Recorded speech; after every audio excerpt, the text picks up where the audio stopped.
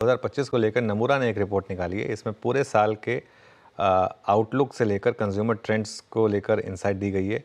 मिताली, बताइए। तो सर, नोमिरा की रिपोर्ट के मुताबिक भारत की जीडीपी इस साल 6% होने की उम्मीद जताई है। साथ ही सीपीआई इन्फ्लेशन उन्होंने बोला है कि कम हो सकता है, पर इसका इफेक्ट परचेजिंग पावर पर पड़ना, थोड़ा प्रेशर कम रहेगा। कंज्यूमर ट्रेंड्स की अगर बात करें तो उन्होंने बताया है कि फूड प्राइसेस और कुछ कमोडिटीज जैसे पाम ऑयल के दाम में कंज्यूमर की स्पेंडिंग को इम्पैक्ट कर सकते हैं।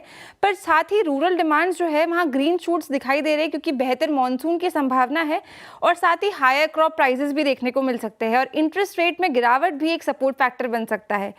अब ऑटो सेक्टर की अगर बात करें तो जीडीपी ग्रोथ स्लो डाउन का जो असर है वो यहाँ भी देखने को मिल सकता है, स्पेशली जो लोअर एंड सेगमेंट्स है वहाँ पे। उसके अलावा प्रीमियम सेगमेंट जैसे एसयूवीज, बाइक्स और ईवीज में एक अच्छी बूस्ट देखने की उम्मीद जताई गई है। ईवी पेनिट्रेशन में तेज ग्रोथ के कारण ये जो पूरा सेक्टर है इसमें एक तेजी की उम्मीद उन्होंने जताई है। उन्होंने अपनी टॉप पिक्स में शामिल किया है सोना बीडब्ल्यू प्रिसाइशन 829 के साथ बाय का टारगेट दिया है, साथ ही Hyundai में 2472 का टारगेट, M&M में भी 3664 के साथ बाय का टारगेट दिया है। नेक्स्ट जो सेक्टर की बात करिए वो है इलेक्ट्रॉनिक्स मैन्युफैक्चरिंग सर्विसेज। कंपनीज के लिए फाइनेंशियल ईयर 2026 में 40% से ज़्यादा की रेवेन्यू ग्रोथ की उन्होंने स्ट्रॉन्ग रिपोर्ट जताई है। साथ ही चाइना +1 पॉलिसी और गवर्नमेंट के नए इंसेंटिव स्कीम्स भी उसमें काफ़ी मदद करेंगे। जो टॉप पिक्स इसमें शामिल है वो है डिक्सन, जिसमें उन्होंने 22,256 की बाय रेटिंग दी है। साथ ही वोल्टास 2142 के साथ और क्रॉम्पटन में 460 के साथ बाय रेटिंग दी है। लास्ट जो सेगमेंट की उन्होंने बात करी है वो है स्टेपल्स और डिस्क्रिशनरी। तो कंज्यूमर स्टेपल्स और डिस्क्रिशनरी कैटेगरीज में उनका मानना है कि जो प्राइस लेड ग्रोथ है वो डोमिनेट करेगी, पर वॉल्यूम ग्रोथ स्लो रखने की उम्मीद उन्होंने बताई है। प्रीमियम कैटेगरीज जैसे स्किन केयर और ज्वेलरी डिमांड में आगे रहेंगे, पर जो पेंट इंडस्ट्रीज है उसमें कंपटीशन काफ़ी रहेगा। यहाँ की टॉप पिक्स की अगर बात करें तो HUL, ITC और मैरिको की उन्होंने बाय रेटिंग की सलाह दी है। बिल्कुल, शुक्रिया मिताली। तो इस पूरी रिपोर्ट को पर्सपेक्टिव में रखने के लिए अब बात करते हैं मार्केट आउटलुक 2025 पर। हमारे साथ एलेक्सर इक्विटीज़ के डायरेक्टर दीपन मेहता जुड़े हैं। दीपन जी, गुड आफ्टरनून। सबसे पहले तो नए साल की हमारी पहली इंटरेक्शन, आपको नववर्ष की शुभकामनाएं। बताइए, क्या आपका इस समय आउटलुक है 2025 को लेकर? अनुज, गुड आफ्टरनून और आपके शो पर इन्वाइट करने के लिए बहुत बहुत धन्यवाद। और पूरी CNBC आवाज़ टीम और आपके व्यूअर्स के लिए बहुत बहुत शुभकामनाएं फॉर द न्यू ईयर। 2025 एक फैंटास्टिक ईयर रहेगा मार्केट्स के लिए, यही हम उम्मीद रख सकते हैं। ऐसा कुछ खास आउटलुक चेंज नहीं हुआ है, लेकिन फिर भी अभी भी स्टॉक्स काफ़ी एक्सपेंसिव है और अगले कुछ हफ्तों में न्यूज़ फ्लो बहुत स्ट्रॉन्ग रहने वाला है Anuj. So we are going to see the earning season, जहां पर ये चेक करेंगे कि स्लोडाउन अभी भी जारी है, क्या we seeing a turn around. और दूसरी महत्वपूर्ण बात ये भी है कि Trump will take over the US presidency, और उन्होंने कहा है कि पहले ही 1-2 हफ्ते में इतने सारे चेंजेस करने वाले हैं, जिसकी वजह से अगर if they do what they actually are saying, तो फिर ग्लोबल मार्केट्स में एक तरह की बहुत सारी वॉलेटिलिटी आ सकती है। तो मेरे ख्याल से अगले 3-4 हफ्ते, शायद 2 महीने, इन्वेस्टर को सावधान रहना चाहिए। Just sit on little bit of cash. अगर मार्केट्स फर्दर हो जाते हैं और करेक्शन आता है, भारी करेक्शन आता है, that's a good entry point. Deepan ji नमस्कार, वीरेंद्र बोल रहा हूँ सर। मेरी तरफ से भी आपको बहुत बहुत शुभकामनाएं नववर्ष की।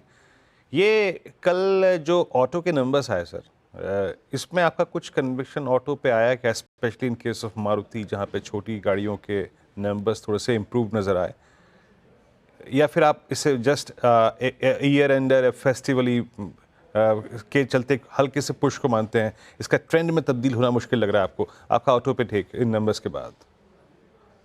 नहीं Virender, many happy new year for 2025 as well. मेरे ख्याल से मारुति और आयशा के आंकड़े बहुत ही बढ़िया आए थे, मच बियॉन्ड एक्सपेक्टेशन। और शायद उन्होंने बहुत ही अच्छी तरीके से मार्केटिंग की है, या फिर डिस्काउंटिंग, या जो भी कहो आप। I think they have delivered very good sales on from the dealers also, and even in the secondary market I think sales have taken place very very good. उसके अलावा आई थिंक ब्रॉडली बाकी के जो auto companies है, two wheelers है, their sales were pretty much, I would say, flat. और देखते हैं, आई थिंक स्पेशली मारुति और आयशा मोटर्स इन आंकड़ों के बाद, after these numbers look very interesting. Valuation भी काफी रीजनेबल है as compare to other growth businesses or other consumer businesses. In any case, as a measure of disclosure, we are invested in Eicher and Maruti as well.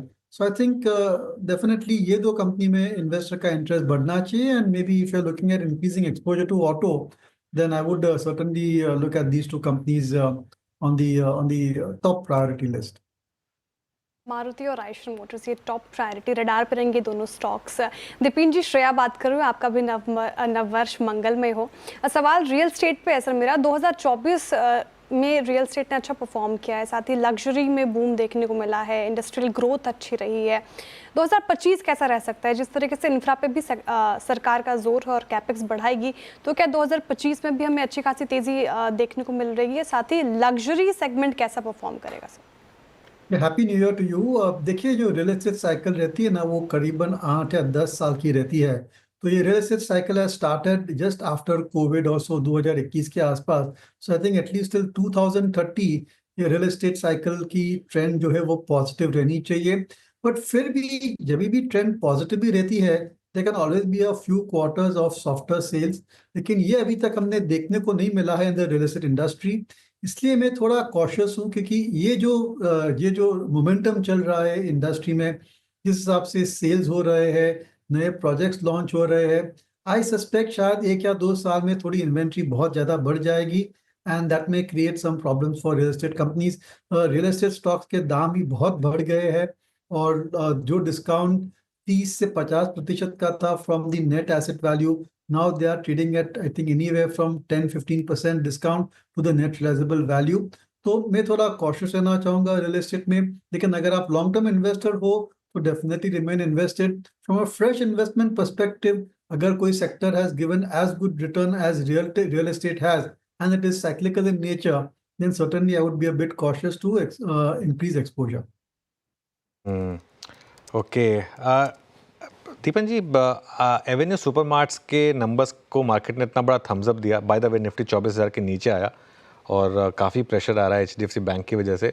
कुछ देर में उसको दोबारा address करेंगे, लेकिन Avenue supermart आपका क्या भी होगा इस स्टॉक को लेकर?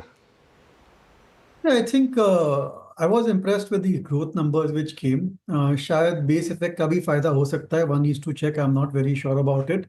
देखिए, ये कंपनी है ना, बहुत ही फोकस कंपनी है, और जहाँ पर उनको वैल्यू दिखता है, where they can see profitability, वहीं पर इन्वेस्ट करती है, whether it's setting up new stores और whether it is providing any additional facilities और सर्विसेज लाइक होम डिलीवरी और ऑनलाइन सेल्स। तो आई थिंक ये कंपनी की ग्रोथ मेरे ख्याल से स्टेडी रहेगी, लेकिन मोरलेस आई थिंक जो भी बेनिफिट्स है, पॉजिटिव्स है, they have been priced in, और अभी भी वैल्यूएशन काफ़ी I would say rich valuation है। तो मैं शायद इस स्टॉक को अवॉइड करना चाहूँगा, but no doubt I think ये जो नंबर आए हैं बहुत ही अच्छे आए हैं, और ये जो नतीजे आएंगे एवेन्यू सुपरमार्केट के, we will be watching it very closely. If there is some discernible change, कुछ नई स्ट्रेटेजी है या कुछ खास बात है, तो we can certainly review our opinion on the stock. For the time being I think it is a hold. ठीक है, होल्ड की सलाह फिलहाल एवेन्यू सुपरमार्ट में।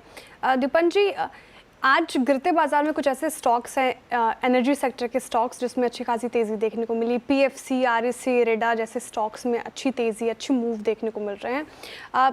एक ब्रोकरेज फर्म ने भी इस पर रिपोर्ट जारी की है, और साथ ही कहा है कि गवर्नमेंट इस पर भी कैपेक्स बढ़ाएगी, सरकार खर्च करेगी। एनर्जी सेक्टर में हमने फर्स्ट हाफ में देखा 2024 में अच्छी ग्रोथ रही है, लेकिन क्या लग रहा है आपको 2025 में ये ग्रोथ मतलब कंटिन्यू रहेगा, या फिर थोड़ा ठंडा पड़ सकता है? देखिए, I think energy evergreen sector है, लेकिन यहाँ पर काफ़ी सारे यूटिलिटी कंपनीज है, तो इनमें मैं निवेश नहीं करना चाहूँगा। When you looking at the entire energy space, यानी कि पावर, पेट्रोलियम वगैरह वगैरह, तो मेरे ख्याल से जो सोलर इक्विपमेंट मैन्युफैक्चरिंग कंपनीज है, उनकी जो प्रॉस्पेक्ट्स है वो बहुत ही बढ़िया है। No doubt they are trading at rich multiples, लेकिन करेक्शन में हम ज़रूर से उनमें निवेश करना चाहेंगे। और उसमें से जो हमारा दिवाली पिक था, which is the top recommendation within the solar equipment space, is Waaree Energies, और जिस हिसाब से आप देखते हैं ऑर्डर्स मिलते जा रहे हैं उनको, तो ये मेरे ख्याल से बहुत ही इंटरेस्टिंग स्टॉक है। Another company we can discuss certainly is Tata Power, a company in which we have already invested as a measure of disclosure। और टाटा पावर में एक खास बात ये भी है कि apart from the steady distribution business and the transmission business, उनकी जो सोलर इक्विपमेंट मैन्युफैक्चरिंग बिजनेस है, सोलर सेल, सोलर पैनल, उसकी पूरी पूरी वैल्यूएशन इस कंपनी में आई नहीं है अभी तक, क्योंकि प्लांट अभी शुरू हुआ है, and the real profitability and the scaling up benefits will be realised only in the future. तो ये दो कंपनियां हैं जहां पर हमारा फोकस और इंटरेस्ट है। लेकिन I think Premier Energies also is another company which you should keep on your radar. और ये जो दो विंड पावर कंपनी है, सुजलॉन और आइनॉक्स, आई थिंक कई महीनों से साइडवेज मूवमेंट उनमें चल रहा है, so they could also be an upside over there. और disclosure, we and our clients and investors in all of these companies. लेकिन आपने एनर्जी की बात कही है, तो we must focus on renewable energy equipment manufacturers. अच्छा दीपन जी, मुझे मालूम है कि जोमेटो में आप लोग तर गए हैं अच्छी तरीके से, बेड़ा पार हुआ है, बहुत अच्छा। बट इसी स्पेस में, लग्जरी में, QSR में कुछ और अच्छा, ये देखिए ना, liquor space sir, I mean USL, UBL, Radico, I mean on serious note, ये बीते एक साल के सबसे अच्छे वेल्थ क्रिएटर्स में से एक रहे। कोई और स्टॉक इसी फ्लेवर का ऐड किया आप लोगों ने? देखिए, मैं स्टॉक बोलूंगा, लेकिन आप डिस्क्लोजर प्लीज लीजिए, क्योंकि कोई भी स्टॉक रिकमेंड करेंगे तो वी आर इन्वेस्टेड। डेफिनेटली आप बोलिए।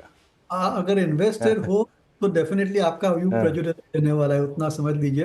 तो एक कंपनी आपके साथ डिस्कस करते हुए, तिलक नगर इंडस्ट्रीज, हमारे पास इस कंपनी के काफी शेयर्स भी है as a measure of disclosure. एक फैंटास्टिक टर्न अराउंड कंपनी है, इंडिया की जो सबसे बढ़िया ब्रांड्स है इनके पास है। और मेरे ख्याल से अगर ये जो पूरा अल्कोबेव सेक्टर आपको अगर प्ले करना है, तो you are best off in regional players. So be it Tilak Nagar, Radico Khaitan, Som Distilleries, ये सभी कंपनियां, I think they are able to manage the regulatory framework far better. और एक और स्टॉक मेंशन जरूर करना चाहूंगा, वो है एलाइड डिस्टिलरीज, रीसेंट लिस्टिंग है। अगर आप देखेंगे इस कंपनी का track record, up to listing it was pretty flat, stagnant sales थे, इतनी कुछ खास ट्रैक रिकॉर्ड थी नहीं। But the first quarter which has come from post listing is looking very interesting. और ये एक पैन इंडिया प्लेयर है, और मेरे ख्याल से वैल्यूएशन भी काफी रीजनेबल है। तो जरूर से इन्वेस्टर को ये सेक्टर में थोड़ा आपको ओवरवेट रहना चाहिए। और एक और स्ट्रैटेजी मैं बोलना चाहूंगा कि जिनके पास FMCG शेयर्स है, जैसे कि HUL, नेस्ले वगैरह वगैरह, गोदरेज कंज्यूमर, जहां पर बिल्कुल ग्रोथ नहीं है, the volume growth is 2 to 3% और देयर अबाउट। और अगर आप नया FMCG स्टॉक में निवेश करना चाहेंगे, तो definitely as a basket alcobev stocks are the end of the day they are like an FMCG company only, but we are not classifying them as FMCG, we are classifying them more as alcohol companies. Okay, अच्छा एक सवाल और आपसे पूछना चाहता हूँ HDFC bank पर, लेकिन उससे पहले एक आपको बताते हैं CLSA की एक ब्रांड न्यू स्ट्रैटेजी आई है, और उसमें क्या कहा जा रहा है, और उसमें ख़ास तौर से इंडिया फोकस पोर्टफोलियो में बदलाव किए गए हैं, जिसमें टाटा मोटर्स, NTPC, नेस्ले और ब्रिटानिया को इंक्लूड किया गया है, और HDFC बैंक को पोर्टफोलियो से बाहर किया गया है CLSA के द्वारा, और बैंकों में ओवर रेट जो रेटिंग है वो थोड़ी कम की गई है। कमोडिटी और इंश्योरेंस में ओवरवेट रेटिंग दी गई है। IT, डिस्क्रिशनरी, इंडस्ट्रियल और हेल्थ केयर यहाँ पर बड़ा अंडरवेट है। लेकिन इसमें ऑब्वियसली जो स्टैंड आउट कर रहा है वो है HDFC बैंक को मॉडल पोर्टफोलियो से बाहर करना।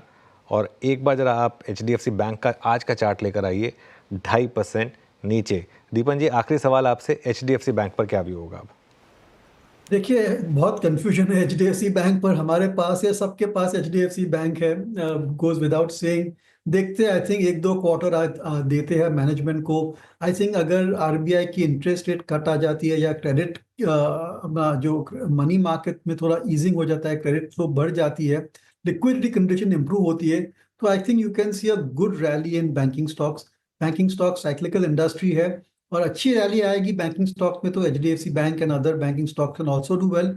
लेकिन अगर आपको कोई अच्छा ट्रेडिंग अपॉर्चुनिटी चाहिए, way you feel, I think मेरे ख्याल से next 2 to 3 quarters I would like to be overweight on is PSU banks, specially Tier 2 PSU banks. अगर आप देखेंगे इन PSU बैंक्स की जो परफॉर्मेंस आ रही है, compare them with the private sector banks, तो जो गैप है in terms of growth rates, that is narrowing very very rapidly, और उनकी बैलेंस शीट भी काफी स्ट्रांग हो चुकी है। और मेरे ख्याल से जो वैल्यूएशन गैप है, दैट इज नॉट जस्टिफाइड। तो I would like to be overweight within the PSU banks. और मेरे ख्याल से बैंक सेक्टर 2025 में उनका एक साइक्लिकल अपस्विंग शायद देखने को मिल सकता है। But medium to long term I want to be underweight entire banking sector, because it is becoming a red ocean. तो दीपन जी बहुत बहुत शुक्रिया and your call for the day. Tilak Nagar, वाकई में इसके चार्ट दिख रहा था इंडस्ट्रीज एट 456, मतलब जून 2021 में 30 रुपये का स्टॉक 456, और ये निवेश है दीपन सर का, बट याद रखिएगा जैसे कि उन्होंने स्टैंडर्ड डिस्क्लेमर दिया, उनका निवेश यहाँ पर है। बहुत बहुत शुक्रिया दीपन जी इस कार्यक्रम में शामिल होने के लिए, और have a nice weekend sir.